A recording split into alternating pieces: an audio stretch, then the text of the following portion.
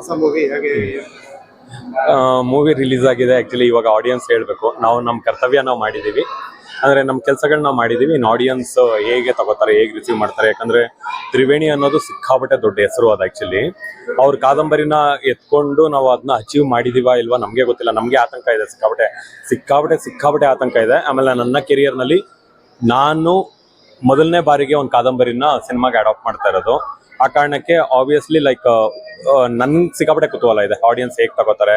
ಆಮೇಲೆ ಯಾಕಂದ್ರೆ ರೀಡರ್ಸ್ ಏನಾಗುತ್ತೆ, ಆಟೋಮೆಟಿಕ್ ಆಗಿ 10 ಜನ ರೀಡರ್ಸ್ ಇದ್ರೆ 10 ತರ ಯೋಚನೆ ಮಾಡಿರ್ತಾರೆ ಒಂದೇ ಕಾದಂಬರಿನ. ಅವಾಗ ನಾವು ನನ್ನ ವೇನಲ್ಲಿ ತಗೊಂಡು 10 ಜನನ ಹೇಗೆ ಸ್ಯಾಟಿಸ್ಫೈ ಮಾಡ್ತೀನಿ, ಅವ್ರನ್ನ ಹೇಗೆ ಅವರ ಓದಿಗೆ ಮತ್ತೆ ವಿಜುವಲ್ಗೆ ಹೇಗೆ ಕನೆಕ್ಟ್ ಮಾಡ್ತೀನಿ ಅನ್ನೋದು ನನಗೆ ಕುತೂಹಲ ಮತ್ತೆ ಭಯ ಎರಡೂ ಇದೆ. ಗೊತ್ತಿಲ್ಲ ಆಡಿಯನ್ಸ್ ಹೇಗೆ ರಿಸೀವ್ ಮಾಡ್ತಾರೆ, ಆಡಿಯನ್ಸ್ ಹೇಗೆ ಅಪ್ರಿಶಿಯೇಟ್ ಮಾಡ್ತಾರೆ ಅನ್ನೋದ್ರ ಮೇಲೆ ಇವಾಗ ನಂದು ಚಿತ್ತ ಆ ಕಡೆಗೆ ನೆಟ್ಟಿದೆ.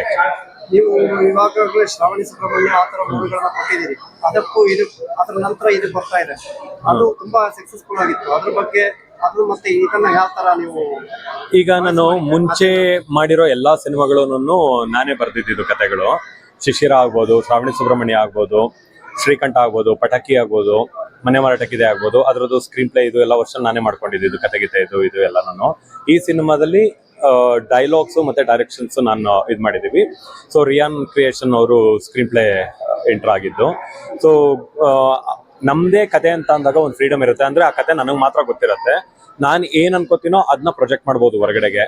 ಬೇರೆ ಕಾದಂಬರಿ ಅಂತ ಬಂದಾಗ ಕಾದಂಬರಿ ಎಷ್ಟು ಜನ ಓದಿರ್ತಾರೋ ಅಷ್ಟು ಜನ ಬೇರೆ ತರ ಅರ್ಥ ಮಾಡ್ಕೊಂಡಿರ್ತಾರೆ. ಅದನ್ನ ನನ್ನ ಅರ್ಥದ ಮೇಲೆ ಅವ್ರಿಗೆ ಅರ್ಥೈಸೋದು ಇದೆಯಲ್ಲ, ಅದು ಸ್ವಲ್ಪ ಕಾಂಪ್ಲಿಕೇಟೆಡ್. ಕಾದಂಬರಿ ಫಸ್ಟ್ ನಾವು ಅನ್ಕೋತಾ ಇದ್ವಿ ಕಾದಂಬರಿ ಸಿಕ್ಕಿದ್ರೆ ಎಲ್ಲಾ ಪಾತ್ರಗಳು ಡಿವೈಡ್ ಆಗಿರುತ್ತೆ, ಸೀಕ್ವೆನ್ಸಸ್ ಡಿವೈಡ್ ಆಗಿರುತ್ತೆ, ಈಸಿ ಇರ್ಬೋದೇನೋ ಅಂತ. ಮೋಸ್ಟ್ ಕಾಂಪ್ಲಿಕೇಟೆಡ್ ಥಿಂಗ್ ಯಾವುದು ಅಂತಂದ್ರೆ ಯಾರು ಬರ್ದಿರುವಂತ ಒಂದು ವಿಷಯನ ಎತ್ಕೊಂಡು ಸಿನಿಮಾ ಮಾಡೋದು ಮೋಸ್ಟ್ ಕಾಂಪ್ಲಿಕೇಟೆಡ್ ಥಿಂಗ್ ನನ್ಗನ್ಸಿದ್ದು. ಜನ ಇವತ್ತಿಗೆ ಥಿಯೇಟರ್ಗೆ ಬರ್ಬೇಕು, ಏನು ಯಾವ್ದಕ್ಕೋಸ್ಕರ ಈ ಸಿನಿಮಾ ನೋಡ್ಬೇಕು ಅಂತ ನಿಮ್ಮ? ಸರ್, ಜನ ಥಿಯೇಟರ್ಗೆ ಬರ್ತಿದ್ದಾರೆ. ಆಕ್ಚುಲಿ ಬರ್ತಿಲ್ಲ ಅನ್ನೋದು ತಪ್ಪು ನನ್ನ ಪ್ರಕಾರ.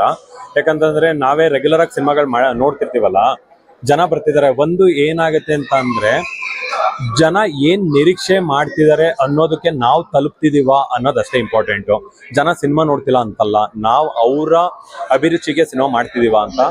ಮೋಸ್ಟ್ಲಿ ನನ್ಗನ್ಸತ್ತೆ ಇದು ಸರಳ ಸುಬ್ಬಾರಾವ್ ಕಂಪ್ಲೀಟ್ ಒಂದು ಫ್ಯಾಮಿಲಿ ಎಂಟರ್ಟೈನರ್ ಆಗಿರೋದ್ರಿಂದ ಖಂಡಿತವಾಗ್ಲೂ ಫ್ಯಾಮಿಲಿ ಸಿನಿಮಾ ನೋಡ್ತಾರೆ. ಇವಾಗ ರೀಸೆಂಟ್ ಆಗಿ ಬಂದಿದ್ದ ಸಿನಿಮಾಗಳನ್ನೇ ಅಬ್ಸರ್ವ್ ಮಾಡ್ರಿ. ಈ ತರದ ಸಿನಿಮಾ ಬೇಕಿತ್ತು, ನಾವು ಫ್ಯಾಮಿಲಿ ಬಂದ್ವಿ ಅನ್ನೋ ತರದೆಲ್ಲ ಮಾತುಗಳು ಕೇಳಿದ್ವಿ. ಈಗ ಫ್ಯಾಮಿಲಿ ಓರಿಯೆಂಟೆಡ್ ಸಿನಿಮಾ ಬಂದಿದೆ, ಖಂಡಿತವಾಗ್ಲೂ ಬರ್ತಾರೆ ಅನ್ನೋ ನಿರೀಕ್ಷೆ ನನ್ಗಿದೆ. ಯಾಕಂದ್ರೆ ಶ್ರಾವಣಿ ಸುಬ್ರಹ್ಮಣ್ಯ ಮಾಡಿದಾಗ್ಲೂ ನಾವು ಇದೇ ಪ್ರಾಬ್ಲಮ್ ಫೇಸ್ ಮಾಡಿದ್ವಿ. ಆಮೇಲೆ ಪ್ರೇಕ್ಷಕರು ಬರ್ತಾ ಇಲ್ಲ ಅನ್ನೋದು ಇವತ್ತಿಂದಲ್ಲ, ಅಣ್ಣವ್ರ ಕಾಲದಿಂದನೂ ಆ ಪ್ರಾಬ್ಲಮ್ಸ್ ಇದೆ ಆಕ್ಚುಲಿ. ಆದ್ರೆ ಅವತ್ತಿಂದನೂ ಅದನ್ನ ಮೀರಿ ಬರ್ತಾ ಇರೋದು ಏನಂತ ಅಂದ್ರೆ ಕಂಟೆಂಟ್ಸ್ ಇಂದ ಹೇಗೆ ಎತ್ಕೋತಿದ್ದಾರೆ, ಹೇಗೆ ಜನನ ಕರ್ಕೊಂಡ್ ಬರ್ತಿದ್ದಾರೆ ಅಂತ. ಆಮೇಲೆ ಪ್ರತಿ ಮನುಷ್ಯಂಗೂ ಒಂದು ಎಂಟರ್ಟೈನ್ಮೆಂಟ್ ಬೇಕು ಆಕ್ಚುಲಿ. ಆ ಎಂಟರ್ಟೈನ್ಮೆಂಟ್ ಜೊತೆಗೆ ಕೆಲವು ನಾಲೆಡ್ಜು, ಕೆಲವು ಎಮೋಷನ್ಸ್ ಎಲ್ಲಾನು ಮಿಕ್ಸ್ಚರ್ ಮಾಡಿ ಕೊಟ್ರೆ ಖಂಡಿತವಾಗ್ಲೂ ಜನ ತಗೋತಾರೆ. ನನ್ಗೆ ನಂಬಿಕೆ ಇದೆ ಸರಳ ಸುಬ್ಬಾರಾವ್ ಸಿನಿಮಾ ಜನ ತಗೋತಾರೆ. ಮತ್ತೆ ಒಂದು ಶ್ರಾವಣಿ ಸುಬ್ರಹ್ಮಣ್ಯ ತರದ್ದು ಹಿಟ್ ನನ್ನ ಕೆರಿಯರ್ ಸಿಗುತ್ತೆ ಅನ್ನೋ ತರದ್ದು ಭರವಸೆ ನಾನಿದ್ದೀನಿ.